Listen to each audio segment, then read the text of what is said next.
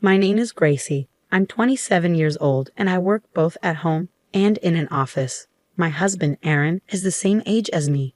He loves his mother a lot, but his mom, Eliza, tends to be quite mean to me. Even though our marriage has had its problems, we just celebrated our second anniversary and I'm proud of how I've managed to handle everything. Work has become my way of relaxing. Because of this, I've been getting promoted frequently, which is rare for women. Right now, I'm on a business trip traveling around Europe for meetings. I'm currently in an important meeting. During the meeting, my phone, which was on silent, started vibrating. I thought it might be an emergency because I had 2 missed calls. When I checked my phone, I saw that the calls were from my mother-in-law, Eliza. What's going on? I thought, worried that something might be wrong. I quickly decided to call back. Just as I was about to leave my desk, Eliza called again. "Hello, Gracie. Where are you?" she asked, sounding annoyed. I picked up the call and wasn't happy with the tone of her voice.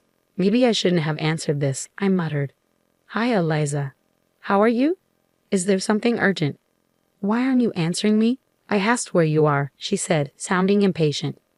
Even though her attitude annoyed me, I was in the middle of an important meeting and didn't want to argue. So I said softly, "Sorry, didn't Aaron tell you? I'm in a meeting on a business trip. Can I call you back when I'm done?"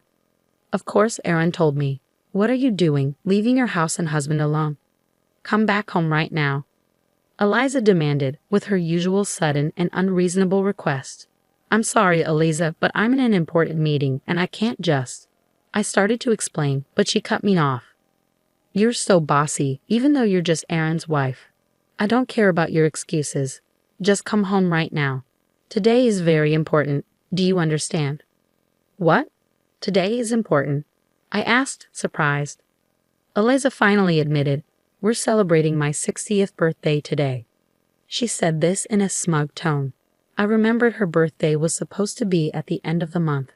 I was surprised to hear it was today, especially since I was on a business trip. My husband and I had already planned a special dinner for her birthday at a nice restaurant.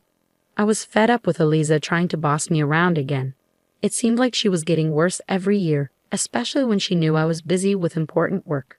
I told her, "As I've mentioned, I'm on a business trip, so I can't come home." "Oh, that's funny," she said. "I called Aaron earlier, and he said he'd take a day off for me. All the relatives will be there, but you, Gracie, always working. You're so cold. How do you feel about your husband's family?" I knew if I listened to her much longer, her sarcasm would just continue. Since I was still in a meeting, I couldn't stay on the phone with her, so I said, "I'm sorry, but no matter what you say, I can't make it to your 60th birthday celebration." Eliza's tone changed abruptly. She took a deep breath and said, "Fine then, I won't consider you family. Don't come back home. It's a divorce. Aaron deserves better." Her harsh words hit me hard. I was both angry and upset, but I didn't want to argue with her on the phone. I said, "All right, I'll talk to you when I get home. I'm sorry, but I have to go." Eliza snapped, "What's with that attitude? I told you not to come back. I'll talk to Aaron myself." Then she hung up. I was exhausted from dealing with my mother-in-law. I returned to the meeting with a deep sigh. After 2 days of meetings, I finally made it home. On the way back, I was so angry and frustrated with my mother-in-law that I barely remembered how I got home. When I opened the front door and called out, I heard my husband's tired voice say, "Welcome back." I took off my heels and went straight to the living room, leaving my luggage at the door. There, I saw a stack of cardboard boxes and my husband, Aaron, sweating as he taped them up. "What's with all the boxes?" I asked. Aaron told me the boxes were packed with my things. He explained that Eliza had indeed celebrated her 60th birthday on the day she called me, without me. She told everyone that I had neglected her birthday and was rude on the phone. Eliza even told the relatives she wanted me to be divorced and sent back to my parents' house because I wasn't good enough for her son. This sounded exactly like something my mother-in-law would do, so I asked Aaron, "And then what happened? Did your mother tell you to get a divorce and you agreed to it?" "No, I didn't exactly agree," Aaron said. "But she told me to pack up your stuff, and I didn't have much choice." "What could I do?" He stopped taping up the boxes and spoke in a tired voice. "What do you mean? You didn't argue with your mother? Does that mean you're okay with the idea of getting a divorce?" Aaron explained that his father, Alex, had also told him, if Eliza's upset, it'll be tough for you, so you better do what she says. So Aaron went along with the divorce. I couldn't believe he was accepting the divorce so easily. What is wrong with Aaron's family? His father is controlled by his mother, and Aaron blindly obeys her too. It felt like no one was on my side. When I was at a loss for words, Aaron said, "What my mother says is final. It's only until she calms down and things settle. This divorce isn't real. I'll come for you when things are better." He looked at me with pleading eyes. I wish he would show that kind of pleading to his own mother. How could a grown man like Aaron be so afraid of his mom? I thought, there's no saving this. I almost felt ashamed, questioning what I ever saw in him. But then I realized maybe this was an opportunity. Staying with Aaron would only mean more torment from Eliza, always pushing me toward a divorce. Maybe it was actually lucky to get a divorce from him without much hassle. I could support myself just fine. Even if I lived alone, I wouldn't lack for anything. Suddenly, everything seemed clearer. I looked at Aaron and said, "Fine, let's get a divorce." Right after that, I called Eliza. After 3 tries, she finally picked up. "Hello," Eliza answered. I said quietly, "As you wish, we're getting a divorce." Eliza, sounding triumphant, replied in a bouncy tone, "Yes, please, leave. Finally you realize you're not good enough for Aaron." I'm so relieved. "Don't worry, I'll find him a new wife who's obedient, pretty, and nice to her in-laws." She continued, "I'm sure Aaron will be popular. I'll take care of him until he finds his next wife. So don't worry about that." After she finished with her sarcasm, I told Eliza, "Well, don't misunderstand me, Mother." Eliza, still in a good mood, responded, "Oh, you're just a sore loser. Don't worry about me. Oh, and Gracie," she added, "I got the divorce papers from the city office and gave them to Aaron. Don't forget to sign them." Then, without another word, she hung up. Aaron, who had been listening to my conversation with Eliza, looked relieved. I thought, is Aaron really that clueless? I asked him, "By the way, does your mother know you're a full-time house husband?" He replied, "How could I tell her that? My mother is obsessed with the idea that I'm a high-ranking employee at a big company." He said this with a firm tone. "Oh right," I said. "Now that I think about it, you've never been honest with Eliza. You always wear a worn-out sweatshirt at home, but you change into a suit whenever you go out to see her. You also pretend not to be home when she calls, making her think you're at work." Eliza had boasted at her 60th birthday party that Aaron was such a devoted son he took time off just to attend her celebration. She also mentioned that with his status, he could easily find a more obedient and attractive wife than me. I'm sure the truth will come out once we're divorced. But Eliza, who believes her son is perfect, would never expect that Aaron had actually quit his job at the major company. Aaron had actually quit his job about a year ago. What Eliza saw as her elite son, a symbol of high status, was now just an unemployed full-time house husband. Aaron lost his job after a major mistake led to a written apology, a demotion, and a pay cut. He probably didn't tell his mother about this. Aaron must have been deeply shocked by his fall from the elite path. Since Eliza had always pampered and spoiled him, he became quite fragile and sensitive. Just the thought of going back to the office to deal with the consequences of his mistake made him feel anxious and sick. He couldn't even leave the house, let alone go to work. Initially, Aaron tried to report his absences and applied for paid leave, but eventually he stopped even calling in. As his unauthorized absences piled up, he got fired. Now, he seems to have no plans to look for another job and is heavily relying on my income. Aaron hasn't told Eliza about this because he knows she would be furious and upset. I was a bit disappointed I wouldn't get to see Eliza's reaction when she discovered Aaron's situation after I left. I imagined she'd be shocked, maybe even have a stroke, but that was no longer my concern.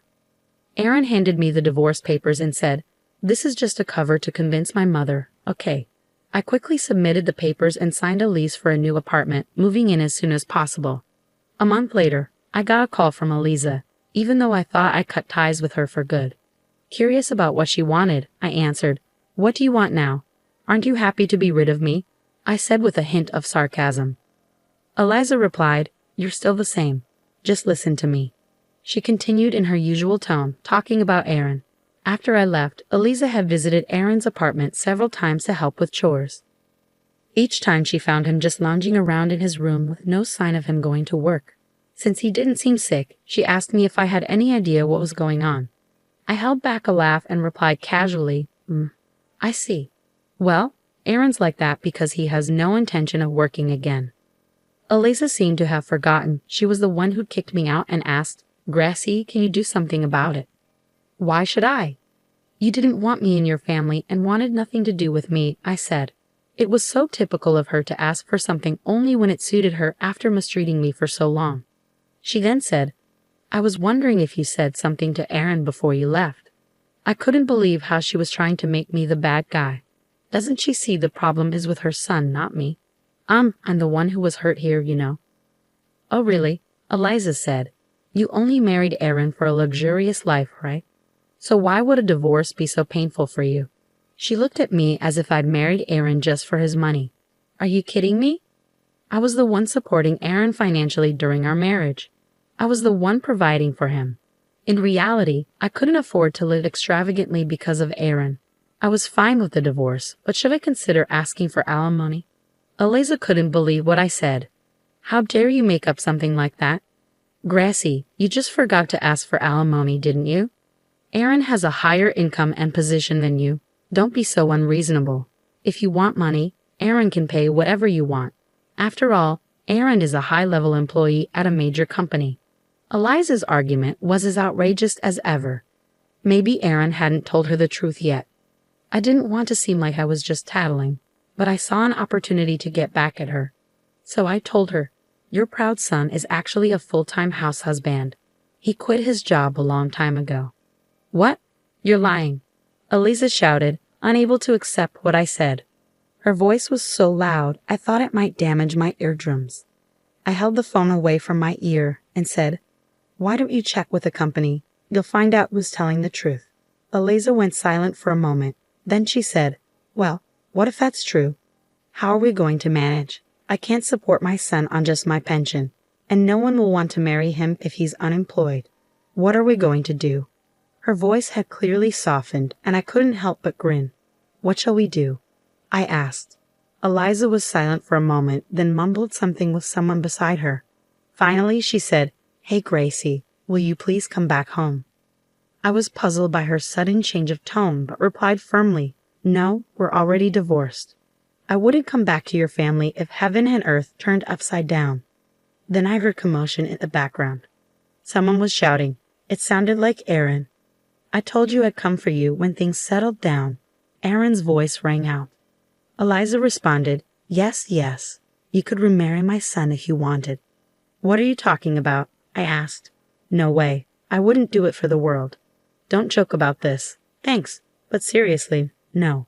I made it clear to Eliza that I wasn't interested in getting involved with her son or dealing with any more toxic relationships. I wanted nothing to do with someone who adored his mother too much. I did what you asked me to do, so please stop changing your mind, I said. Eliza replied, But there's a bit of verbal sparring here. It's not like you should take my words so seriously. You've been talking back to me with a nonchalant attitude, haven't you? I didn't think you'd actually go through with divorcing my son. It seemed she hadn't expected me to reject her offer so firmly. In response to Eliza's bitter excuses, I said, Well, I was just putting up with it. Besides, Aaron packed up my things and kicked me out without consulting me. I let out my frustration, listing everything she had done to me. You see, that was just a prank, she said. A prank? It's worse than that, I said, feeling completely fed up. There was nothing more to say. I glanced at my watch. It was nearly 1 o'clock. My lunch break had been wasted on this pointless conversation. Eliza, are you done now? I asked. What, Gracie? What did you say? She replied, her voice still annoyingly sweet. Did Eliza really think a sweet voice would get her a good answer? Knowing I wouldn't meet her expectations, I said, I'm going to hang up now. I have another meeting in a few minutes and need to review some documents. As I started to disconnect the call, Eliza kept insisting, Wait, Gracie. Hey, Gracie, say something. I could hear her shouting, and she also scolded Aaron, saying, You didn't handle this right, and look what happened. It was clear that Eliza blames everyone else for her problems. I was so fed up with her that I ended the call and blocked her number. Afterward, Aaron tried to contact me constantly. Seizing the opportunity, I asked my lawyer to pursue alimony. Aaron's family, probably nervous about legal action, quickly paid the alimony in a lump sum. It seemed my ex-parents-in-law advanced the money. Because of this, Alex and Eliza were constantly irritated with Aaron, telling him daily to find a job and work, which Aaron was fed up with. The former Elites had fallen far from their previous status. Aaron ended up moving back to his parents' house because he couldn't afford his apartment rent. He blamed his parents for his divorce and was now draining their pension and retirement savings. Like mother, like son, they blamed each other for their problems and refused to reflect on their own actions. They were even planning to apply for welfare soon. I hope the government will help them realize that they can't continue their selfish ways. As for me, the proposal I made during my business trip was accepted, leading to a major contract being signed. I was promoted again, received a higher salary, and now enjoy a rich bachelorette life, free from in-laws' torment and financial dependency on a family member. If I ever consider marriage again, I'll definitely do a thorough background check to avoid any mama's boys or crazy in-laws.